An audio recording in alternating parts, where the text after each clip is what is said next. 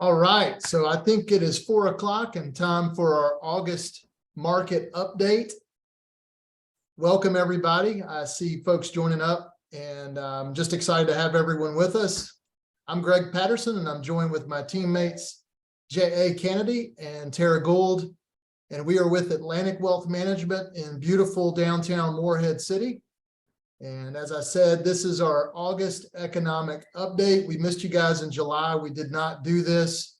It just seems like July is always a busy month where folks are with their family and traveling. So we opted to not host one in July, but we're back with you live. And we're going to have a great presentation today, a lot to cover.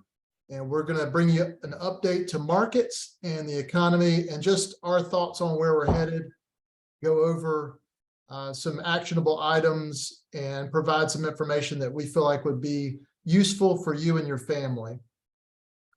So as in past broadcasts, we remind you, if we lose connection, just hang tight. We'll be right back with you. Again, this isn't something that happens often, but when it does happen, we usually connect right back in. Also, if you'd like to email questions or any feedback for us, we always love feedback, and it's good to hear from our clients and those on the call. So you can do that at McKenzie@myatlanticwealth.com, and that's MACKENZIE at myatlanticwealth.com. And you're always welcome to call us here at the office, 252-515-7800. Those contacts are also on our website. It's a great way to interact with us. We appreciate your questions and welcome any comments that you'd have. Lastly, we host these calls every month. So our next one is September 18th. That's a Monday afternoon. And so we do invite you to forward the invitation to your friends, your loved ones, anybody that you think may benefit from these updates. And we'll post this recording to our website once we get it through compliance, and it allows you on demand to go in and view these, as well as you could forward them via email link to those that you care about who may benefit from the work that we do. Again, we use this as a platform just to give you a quick update and help to understand all that's going on in the market. So with that, let's get started. We have a lot to cover, so let's take a look at our slide, and that gives our agenda today. Current market returns is where we'll start. Tara will give us an update both from the U.S. markets on the S&P 500 as well as the NASDAQ. We'll take a look at some inflation data that's updated every 30 days, and we've got a most recent, most current update for you, both on the consumer side as well as the producer side. J.A. will cover some economic data. We'll talk over U.S. recession indicators. We post a dashboard from ClearBridge that's updated every 30 days, as well as the one from the Conference Board, the leading economic indicators, and that's also called the LEI. And then Tara's going to give us some information specific to employee benefits review, and we'll share our conclusions at the end of the call. So with that, let's take a look at where markets are year to date, as well as over the past year. Tara, what can you tell us about this? A lot. There's been a lot going on. Love to talk about the market. So the first chart we're looking at here is S&P 500, and this is going to be year to date. So January 1st through close of market on Friday. A little bit of background on S&P 500. These are the top 500 companies, publicly traded companies, and it's based on market capitalization. The reason we commonly quote this is this index is considered one of the best gauges of the US equities market. And so just looking at the chart, the most recent year-to-date low was at the beginning of the year, January, around 3,800, and happy to report we're currently trading over 4,300. So that would put us at a year-to-date increase of over 14%. Next is our 1 year. So each time we're just going to take a step back.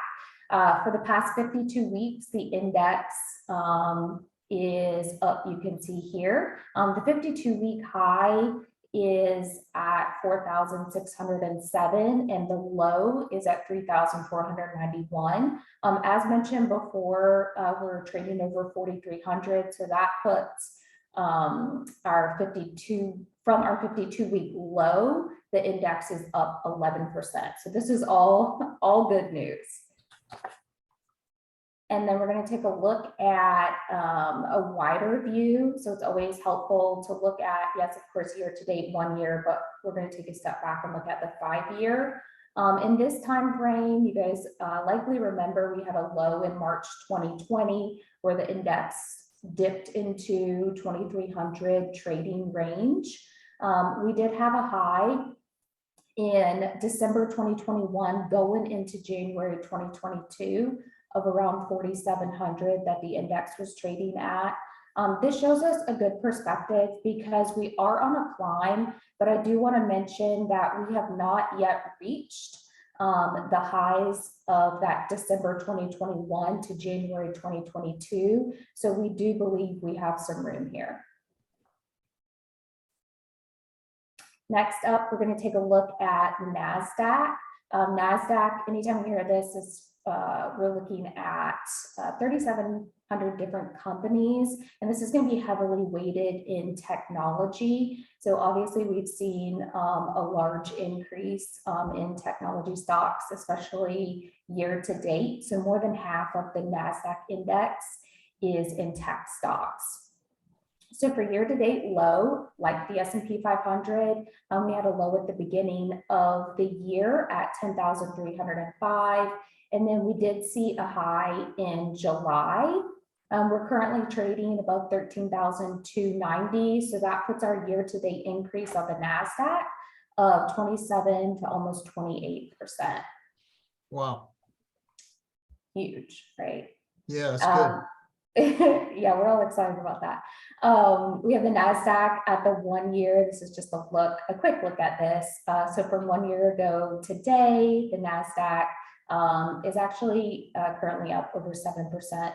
The 52-week high was at 14,446. You guys can see that in the bottom right-hand corner. And then we saw the low at 10,088. So since the December low, the index is in line with year to date of an increase of about 27%. And then lastly on the markets, we have the NASDAQ's a 5-year view. Again, taking a step back and looking at this journey over the 5 years.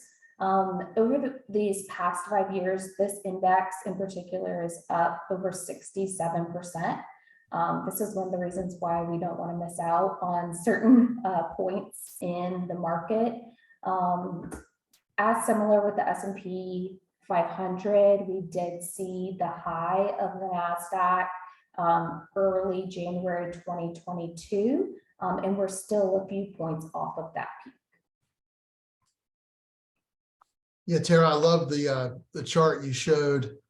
It's pretty simple to understand where, you know, a straight line up is not normal, nor is a straight line down normal, but there are rises and falls in the market over time. And I think the chart we just looked at really illustrates that well over 5 years, because we've had COVID, you know, it's even encompassing 2018 to the far left with the market drop on the NASDAQ. And then to even realize while we've had a good year to date, we're still not back to where we were at the end of 2021. That's correct. Thanks for sharing that perspective. Of course. All right, so our headline of the week, if you've watched any news at all, you've realized that there's troubles in China with their largest developer, Evergrande Group. And so they've announced recently a Chapter 15 bankruptcy filing. And why is this important? Why are we talking about this now? We wanted to bring it to your attention again, I think, and provide some insight on this, because it's very similar to Lehman Brothers in the US back in 2008. If you remember that, I think one economist likened it to a similar event. They have 2%, their debt anyway is 2% of China's GDP, so it's not insignificant. And they're one of the largest developers, if not the largest developer in China, with 1,300 projects going on in 280 cities. So the US portion of that looks to be somewhere around 31 billion, based on reports from economists. The Chapter 15 recognition hearing is going to be September 20th. So just about a month away, and it will be heard. We don't have any clients that own Evergrande Group, and it's something, if you don't own the common stock or you don't own bonds within Evergrande, you can rest well at night, rest easy, similar to Lehman Brothers. We think it does have the potential to move markets overseas, and certainly has done that. And it's even adjusted China's GDP from where they were calling for 5% down to probably 4% to finish the year. So if anything, we've seen the impact in China much more so than the US. But like any negative headlines, it tends to dominate as it's happening. And I would love to have had the newspaper headlines over the last 100 years, but you can rest assured that most of them were not positive, at least on the front page, following the old adage, if it bleeds, it leads. So again, we want you to rest well at night. This company was founded in 1996, so it's not really an old blue chip, or the equivalent of what we would call a blue chip. It has sought protection under the laws of bankruptcy code here in the US, which shields non-US companies that are undergoing restructuring from creditors that hope to sue them or tie their assets up in the United States court. So really, if anything, it's to help the company and not have creditors be able to force the company out of business completely. So again, I think our takeaway is understanding what's happening and try to put things in perspective where we can help shine some light on that. Sounds good. Thanks, Craig. Transitioning back to the US, we always like to spend just a few minutes on latest economic data. And one of the areas of most focus over the last year or so has been inflation. And one of the major measurements of inflation is the Consumer Price Index, or the CPI. And so this chart here, the blue line kind of shows you where we were a year ago and where we are now. We've dropped in the 8 to 9% range down to week before last, I think, was the report of 3.2%. And the month before that, in June, the figure was 3%. So you may notice that there's a slight uptick from June to July, 3% to 3.2%. And we feel like while there's a very positive trend set out from July of last year through June, or even through today, it's probably going to be more difficult for us to get from 3% down to 2% than it was from 9% down to 3%. It's not going to happen over a couple of months time period. And this chart also kind of highlights that as well. This measures just a month-to-month change in the Consumer Price Index. And so you can see some months over the last 12 months we've had some pretty big jumps from month to month, 0.5% in a couple of months, or 0.4%. But even if we take the last 6 months, so from February to July, and add those up, the month-to-month gains, you get to 1.4% over the last 6 months. If you double that and say, if we had another 6 months like the last 6 months, that's 2.8%. So the month-to-month numbers have to continue to be in the 0.1, 0.2% range, or at least less than the average over the last 12 months for us to slowly creep down to 2%. We would expect that to happen, but it's not going to happen overnight. And for those of you that pay attention to gas prices, you're well aware that they're not at their lows right now. So that tends to be a big mover of the CPI as well. So we wouldn't be surprised even to be in that 3% to 3.5% range, even in the next reading. Over time, ultimately, we feel like the higher interest rate environment will bring inflation down closer to 2%, but it's just going to take probably a longer period of time than we would like. As far as other economic data, as we've talked about before, we kind of have a mixed bag across these areas, although I would say in general, we haven't seen the type of deterioration that a lot of economists have been anticipating and expecting for some period of time. I've talked about inflation, the first bullet point there. The PPI is the producer price index, which is similar to the CPI, but it just measures producer prices. And that has had a similar trend as the CPI. So in fact, that number is down less than 1%. So at this point, it's not producer price increases that are driving, inflation. In fact, they would be what we would say that the producer prices are actually leading us to lower prices as we look into the future. Mhm. From an employment or job market standpoint, the latest jobs report had unemployment ticking down to 3.5%. And we've seen initial jobless claims come down from the latter part of June. Just to put things into perspective, 3.5% is there close to the lows we've seen in decades, right? And on the initial jobless claims front, which we do look at as a kind of a leading indicator, we would say under 250,000 initial jobless claims on a week-to-week basis is a healthy number. We start paying more attention when it gets over 250,000. And it did creep over that at the end of June, but has dropped back down to the 230,000 range, which doesn't cause us concern at the moment. It'll be interesting to pay attention and keep watch over this. The longer we have higher interest rates, then the more potential there probably is for the job market to be impacted. But so far, pretty resilient. The housing market is somewhat to be expected. Existing home sales are down quite a bit year over year, down 24%.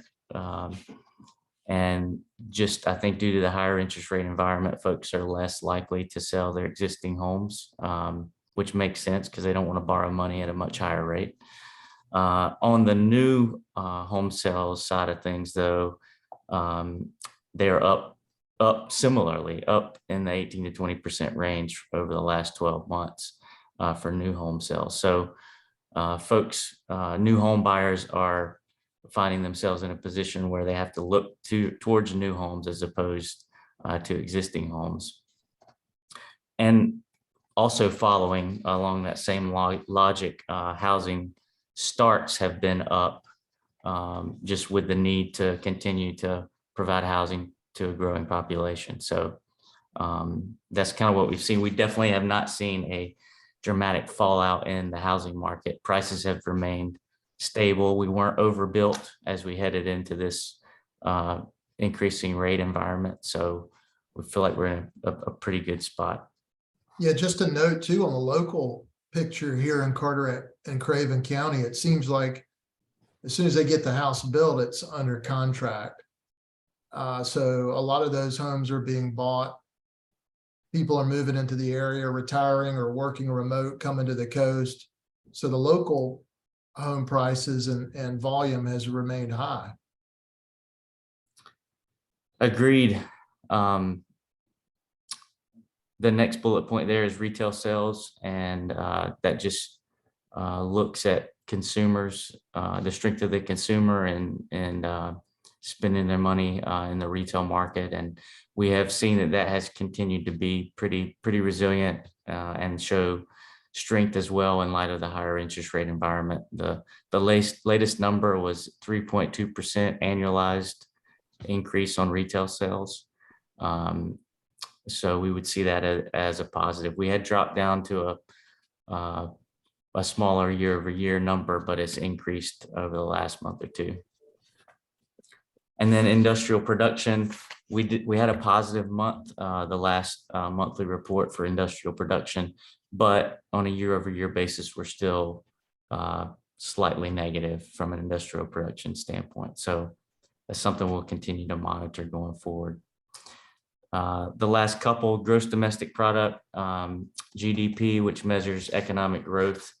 The end of July, we had the estimate of the annualized growth rate for the second quarter. That came in at 2.4% versus the expectations were 1.8%. So that was a miss to the positive, to the good side. And we would say that 2.4%, if that holds up, there'll be two additional revisions, the end of this month and then the end of the following month. But we would say that's a pretty healthy annualized rate of growth for the GDP. I'll take a look. We've got another slide a little further on in the presentation. We'll talk about that a little more. But it's worth noting that the latest prediction or forecast from the Atlanta Fed had the third quarter GDP at 5.8% annualized. So compared to 2.4% for the second quarter, to jump up to 5.8% would be huge. Sometimes they tend to be on the higher end of, if you look out across the economic forecast, but still worth noting and worth paying attention to as we get on into the third quarter. And then lastly is the Fed. We did have a 1/4 point increase the last meeting, and their next meeting will be the end of September. And it will be interesting to see what if any action they take. At one point, based on their minutes and their response from the meeting before last, they had said we could have another 50 basis points. So we're 25 basis points into the potential 50 basis points, although the futures market says there's only 11% chance for a rate increase in September. It's suggesting there's a 40% chance of us having at least a 25% increase between now and November. So things have definitely changed in terms of kind of what the expectations are. I think in large part that'll have a lot to do with what we see from an economic news standpoint. So these items that I've just talked about, what are the updates on those things between now and the end of September? That's kind of a brief highlight of just economic data and activity, and I'll pass it on to Greg for a recession dashboard. Thank you, Jay, for that and for that update. A lot of those indicators are updated every 30 days, so it's something that we're tracking, as well as this recession risk indicators. What's in front of you is this dashboard that ClearBridge puts out on a month-to-month basis, rolling 30 days. And it looks at consumer, business, and financial activity and plots a recession indicator based on stoplight analogy, green, yellow, and red. If you look to the far right, you're seeing September of last year. And you'll notice there were 3 green arrows pointing up, or expansionary, that the economy was growing.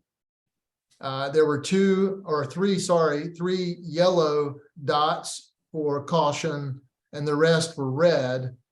Fast forward to last month's close on this, you've now have only 2 yellow or cautionary, the rest are red. So it's clearly in the overall signal being red.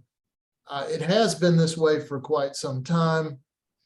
It always is interesting to see this too, because if we go back to the beginning of the year, most economists put together an outlook, at least with the big firms, and share their thoughts on the future of the market for that 12-month period. Most of them were predicting recession in the first or second quarter of this year.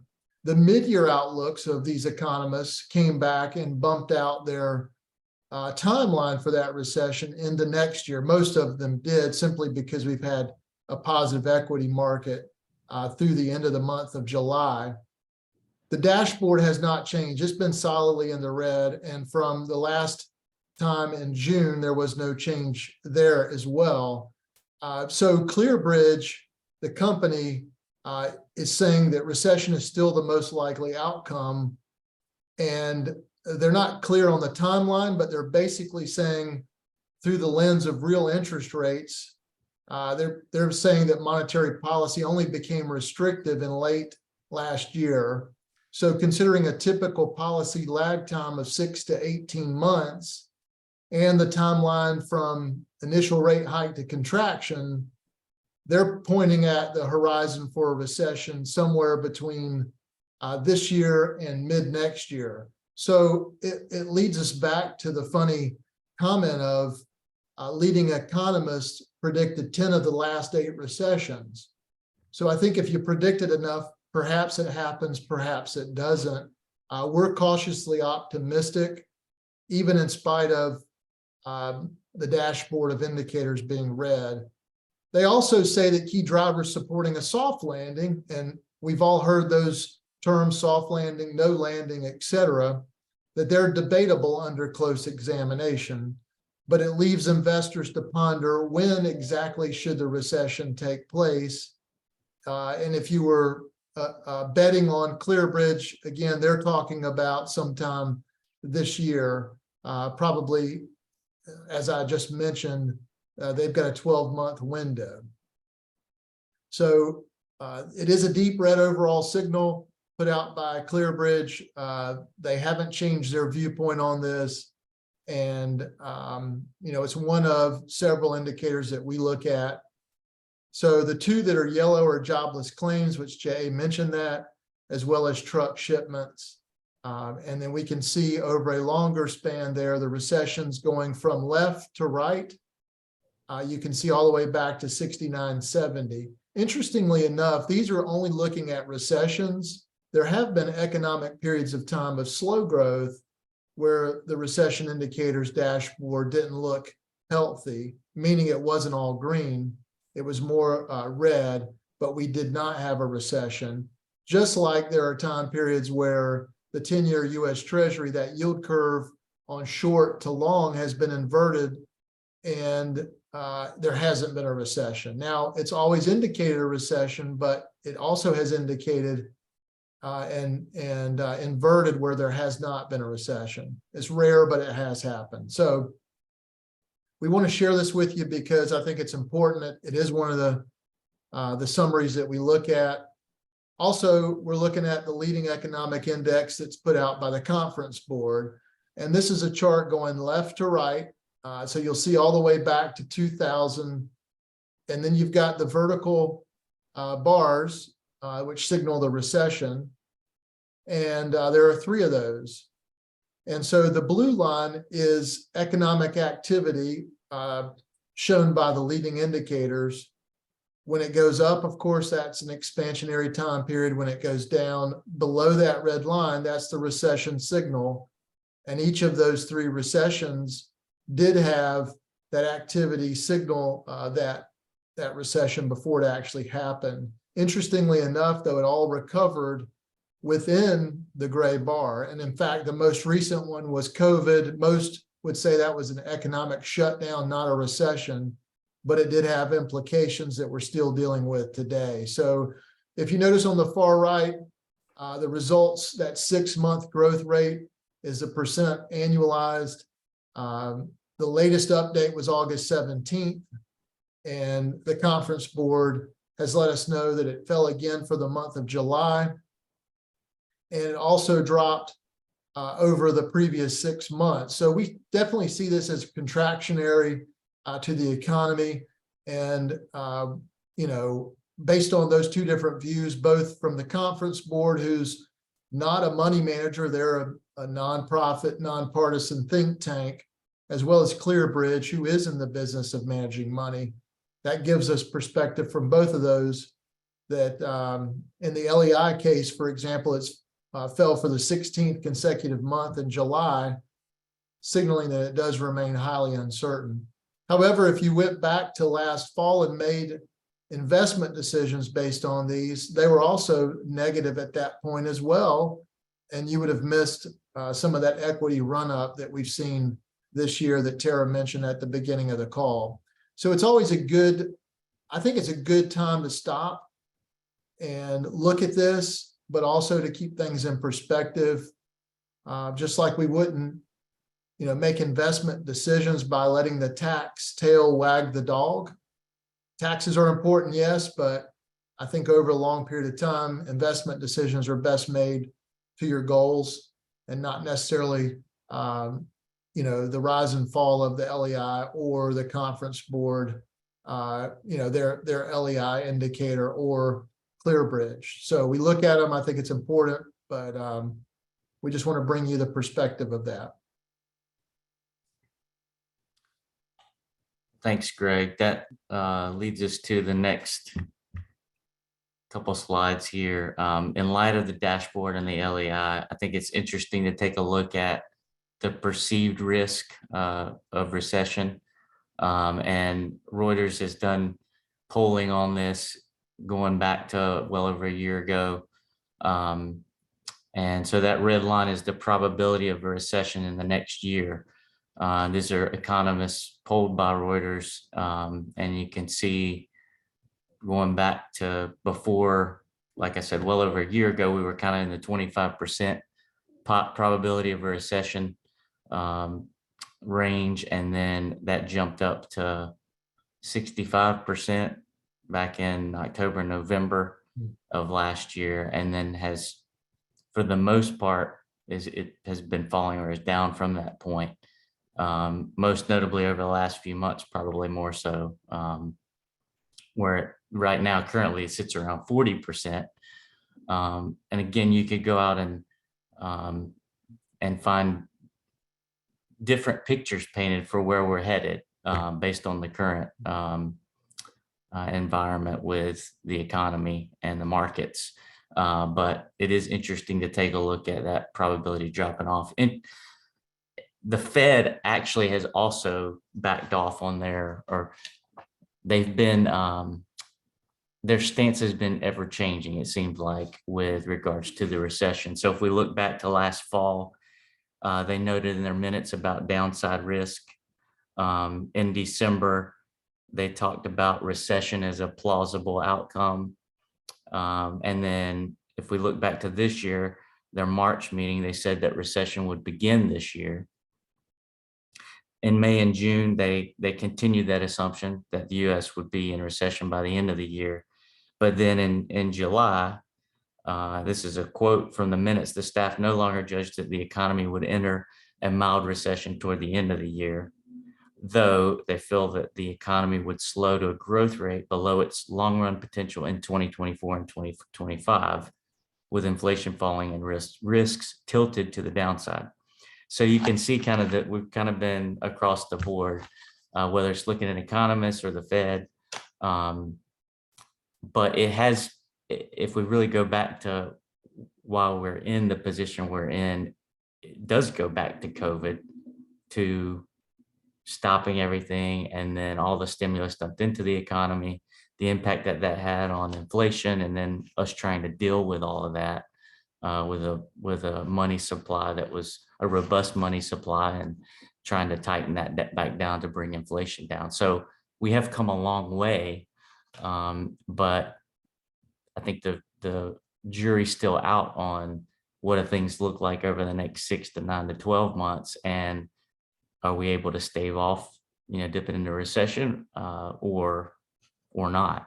And so I think we just continue to monitor things and be cautious, manage downside risk. But as Greg and Tara pointed out, we don't want to jump out of the market altogether to miss the upside either. So yeah, and in fact, it's not if a recession happens again, it's when. It's part of the business cycle. It's healthy. It's no fun, granted, but it is something that I think the realistic expectation is that we will have one again. And as investors, not speculators, but investors, especially long-term investors, we stay the course. We like to tell clients that we have an all-weather strategy. You're going to get wet, but you've got a raincoat on, so it makes sense, right? If you tried to guess when the recession was going to be and buy and sell, look at what you've missed for the first half of the year. And these, as I've mentioned, these commentaries were updated and pointing to a recession last year at the end of the year. So our thought is that it is a healthy part of the cycle, and how do we best invest the money such that you see things as an owner rather than a speculator. Great point. I didn't fully describe the red line. It's the probability of a recession in the next year, so 12 months out, right? Okay. As Greg said, we know we are going to go through another recession, multiple recessions in the future, just because of the economic cycle, periods of contraction and expansion that bring on recessions and periods of a bustling economy as well.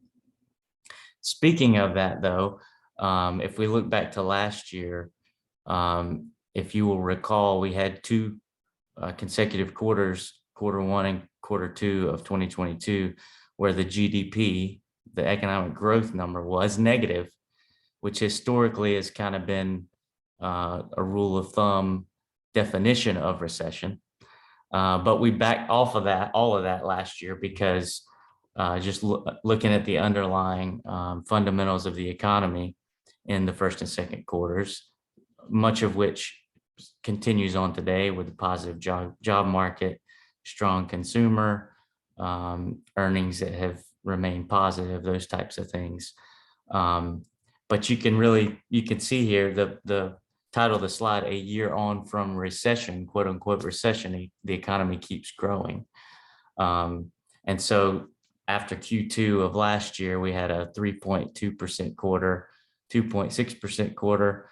And then this year, first quarter, 2%, second quarter, 2.4%. And as I mentioned before, potentially in excess of 5% for the third quarter, even if that's a little too optimistic to say that we would be increasing in the third quarter. Based on that forecast, it would lead you to that conclusion. So again,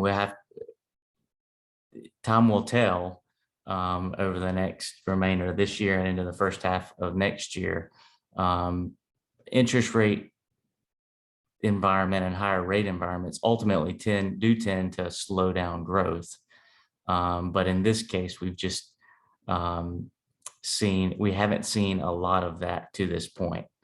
As we go forward and small businesses have to refinance and maybe margins are squeezed, does that impact the employment market and then ultimately the consumers in general?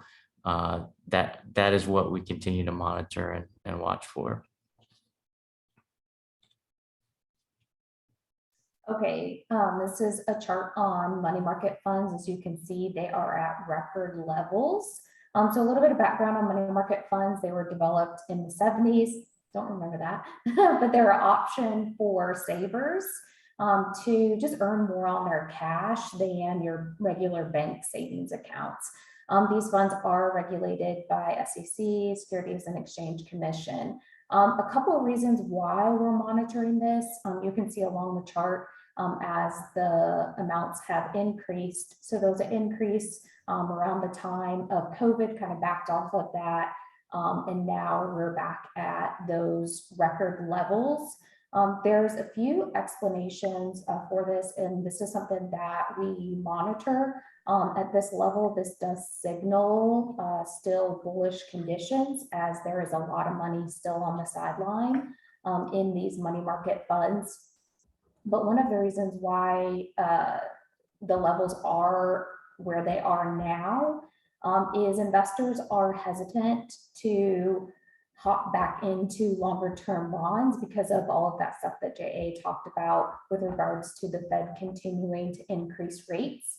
And as we know, there's an inverse relationship between bond prices and interest rates. Another reason why is, like we did similarly across advisory accounts, is took some profits from tech and growth in order to reallocate those and potentially reallocate those into a longer term bond allocation when the time is appropriate. Cash on the sidelines, we would expect at some point for some of it to make its way back into the market. And then next, we talked about this last month, but I'm bringing this up at every opportunity that I can, no matter if I've told you this before, is just paying attention to where your savings and your parked cash is.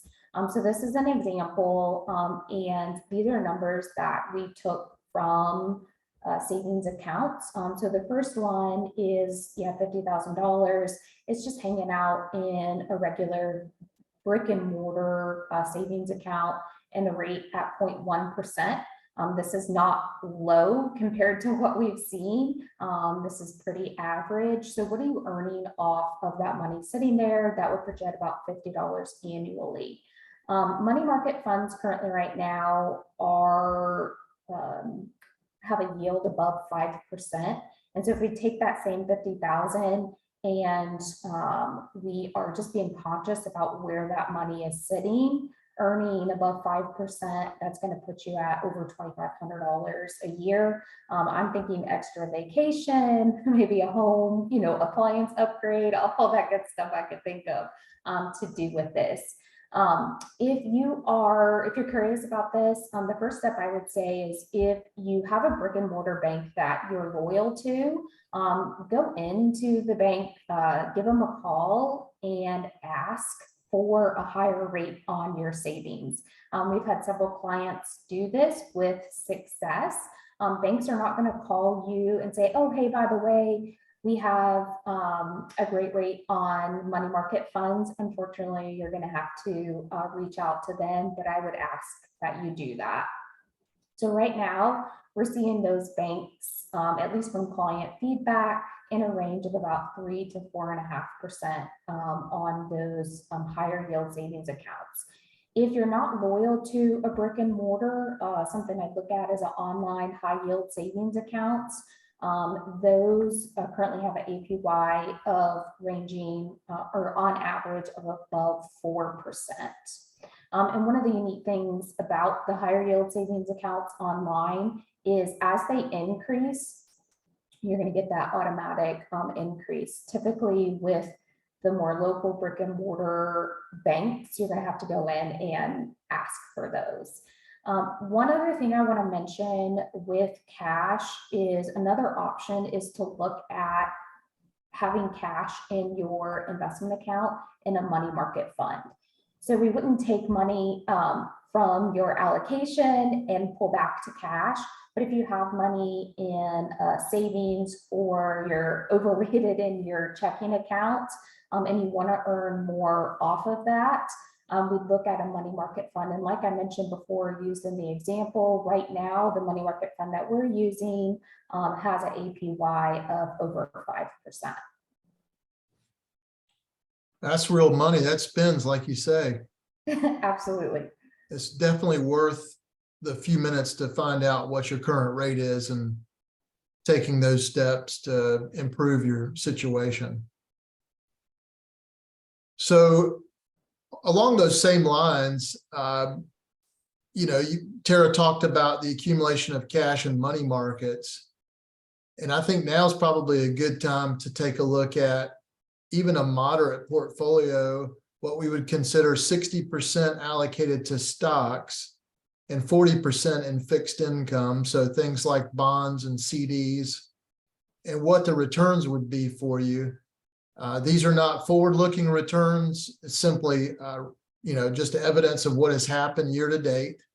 If you look at the yellow box to the left-hand side of the page, the year-to-date returns to the end of July. These, of course, are different now with August return in there, but for the end of July, it was 13.3% return with a negative 2.6% worse drawdown during the year.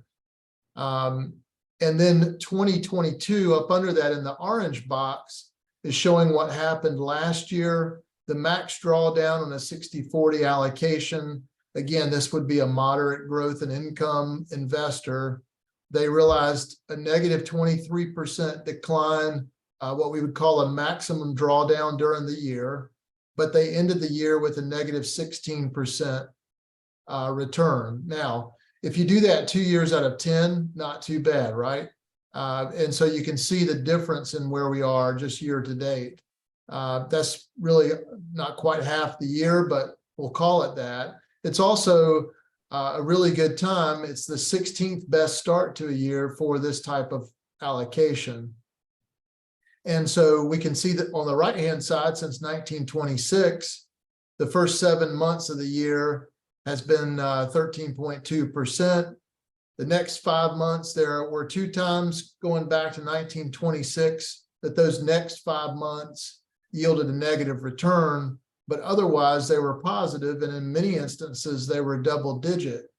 So, allocating resources for cash where you have a short-term need is important. And I say, an actionable step would be to check the interest rate, talk with your banker.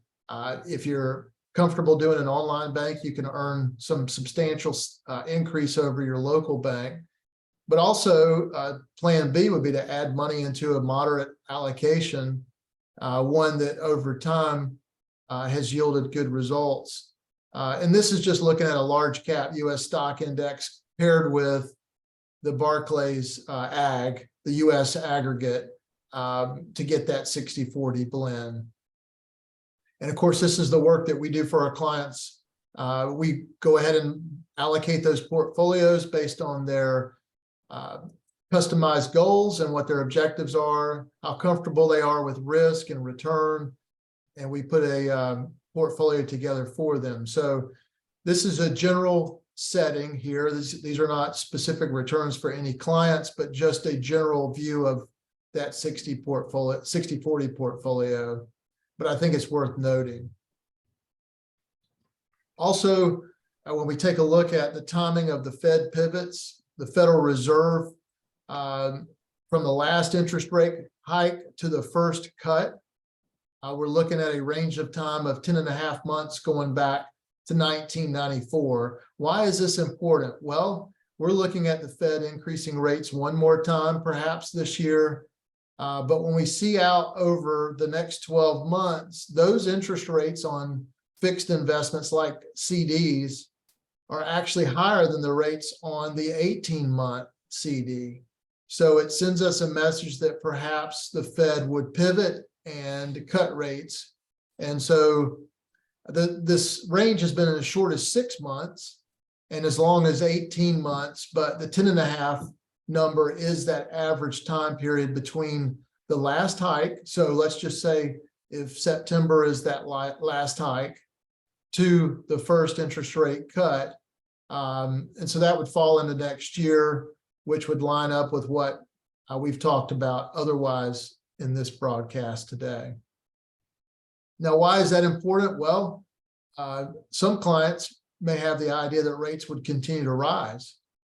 And so they're just going to wait until rates get better to invest money. And that's not always the case. Could be, but perhaps this chart would show that there is some time and that the Fed doesn't always just raise rates. Mortgage rates are as high as they've been in 21 years. So our sense is that does not stay that way. Agreed. Okay, we're going to shift gears a little bit. Each month, if you've been with us, we've been highlighting a financial planning topic just to share through our webinars.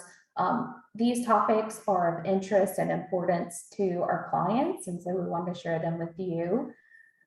This month's focus is employee benefits review. And so typically towards the end of the year, this is timing wise, towards the end of the year through your employer, you have something called open enrollment or open season. And there are certain benefits that during that specific window or time that you can change. And we want you to pay attention to this.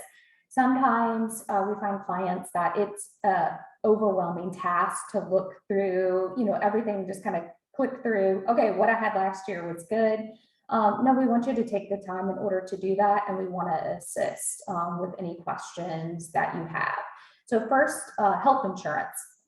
I'm just going to mention a few things each topic. It's not going to talk about everything that you need to know as far as reviewing your employee benefits, but hopefully to get you to start thinking and encourage you to look at what you have available.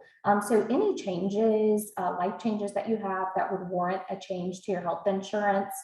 So often we have clients who have kids that are aging out of health insurance. Is there a possibility for increased or decreased medical needs in the coming year in which you would want to change your health insurance? Also keeping in mind that dental and vision are separate, and those are separate policies that you want to look at. But oftentimes during this open enrollment season, that's when you're going to make a change. That second block here is HSAs and FSAs. HSAs, which are health savings accounts, that's where I want to start. If you have an opportunity to participate in these, highly encourage you to take a look. They are what we call a triple tax advantaged account. And so first, your contributions go into the account pre-tax, so that saves you there. Earnings grow tax-free. And then the third for the triple is there's tax-free withdrawals if those funds are used for qualified medical expenses.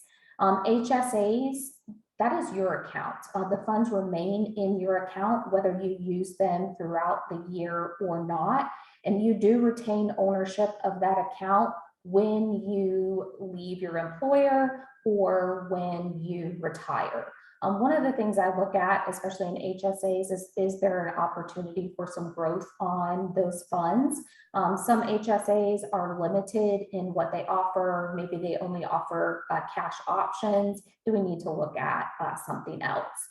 You do have to be enrolled in a high deductible health plan in order to participate. In an HSA for 2023, the max amount you can contribute for an individual is $3,850. For families, it's $7,750. But if you're over age 55, they give you that $1,000 catch up there.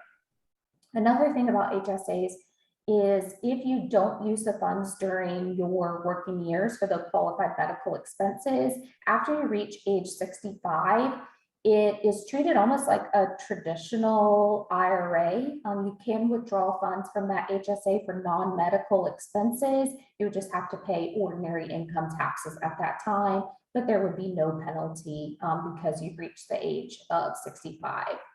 A few things on FSAs. I see these offered typically more than HSAs, and just being cautious. It is pre-tax. And also with the flexible spending accounts, or your employer might call it a flexible spending arrangement. Your employer does have the opportunity to put money as part of your benefit into this account. It's not a requirement, but they can. FSAs are a little bit different in which you would pay for the expense up front and then submit a claim and get reimbursed through the FSA. This account is a use it or lose it benefit for the FSA. The HSA is not, and a lot of times I see people get those two confused. I don't want to participate because I don't, I'm worried about losing my money. That's only for the flexible spending accounts. And typically it is through the year, and then there would be a grace period on the end of that. For retirement accounts, whatever your employer is offering through an employer-sponsored retirement account, oftentimes you don't have to wait until open enrollment to make changes, but I wanted to bring this up because as you're reviewing all of your employee benefits, this is a huge, huge one. Are you utilizing that benefit in line with your financial goals? And many times that means maxing out. If you're able to maximize that retirement benefit, sometimes it means not maxing out because there are other items, but that's part of the financial planning process in which we determine. Another thing is, do you have the opportunity for Roth and traditional funds? If you've been with an employer for a long period of time, you started with a traditional account, so tax deferred, and in recent years, they've now started to offer a Roth option. Let's have a conversation if that makes sense for you to participate in that Roth option. The last thing here I want to mention with these employer-sponsored retirement plans is making sure that your investments are in line with your overall allocation and your overall financial plan. Oftentimes we see clients who think they're invested one way. We want to verify and look at that account, and we find out, oh, actually it's not. Typically there's 2 steps with an employer-sponsored retirement account. There's a step to update your allocation on money going in, and then there's also a step to update the allocation on money that's already been put into that account. Next is stock plans. Does your employer offer restricted stock units? Do they offer stock option? And are you using that appropriately? With stock units, one of the things we look at is when's appropriate time in order to divest out of that company stock so we're not so concentrated. And many times if an employer offers options or restricted stock units, they also have an employee stock purchase plan. And we want to talk through that as well and see if it's worth it or does it make sense for you to participate in that. If you're changing jobs, let's talk about that. Let's talk about the steps through transition. We have a checklist that we like to go through with clients to make sure we're not leaving anything behind. One of the things I think about is maybe something like a match. Not all employers, match every pay period. Does it make sense to hang on just a little bit longer in order to get that match? But that's all part of the checklist that we would talk through. And the same with retiring. We do like to get a jump on this. If you're years away from retirement, we still want to talk about the steps of employee benefits for retiring. We do use financial planning software to model out, especially a lot of the decisions that you're going to have to make. Potentially if you have a pension, do you want to continue that pension for your spouse? And this is just going to give you direction just to ease into that transitions. We don't want you to make these decisions alone. So we encourage you as you're going through this and as the open season comes into play that you'll reach out to us and we can talk through all of this together. Good. That's important items to note there. Definitely. All right, and that brings us to biblical wisdom and truth, which we always like to share something from where we look to for truth, which is the Word of God. And these couple of verses are actually the words from Jesus, and they're trying to paint him into or back him into a corner, asking him questions, and they ask him, "What is the greatest law or rule?" And he says, "You shall love the Lord your God with all your heart, with all your soul, with all your mind, and with all your strength. The second is this, you shall love your neighbor as yourself. There's no other commandment greater than these." And that's from Mark chapter 12, verses 30 and 31. And I think there's opportunity for, first of all, for me, just for self-reflection about, am I loving the Lord with all my heart, all my soul, all my mind, and all my strength? And am I loving my neighbor as myself? But then beyond that, I think too, just to think about, man, wouldn't things look different if more people were living by this and looking to God's word for truth and guidance and direction? And so just wanted to encourage you in that, and maybe with some personal self-reflection as well, as we are reminded of these verses and commands. Thank you, Jay. Thank you, Tara. And thank you for joining us today. I know it's right up against 5 o'clock Eastern time, and we're glad you joined us for the call. If we can do anything to help you or your loved ones, let us know, keep us posted. And we hope to see all of you Thursday night at our client event. It's 9 years that our firm has been in existence, and it's just an exciting time. We look forward to sharing with all of you that can make it and celebrating the year, and a lot to be thankful for. And we just want you to know that we're thankful for you, for your friendship and your relationship with our firm. And I look forward to these moments as we go forward. So wish you guys a great afternoon and much success the rest of the week. God bless. Take care.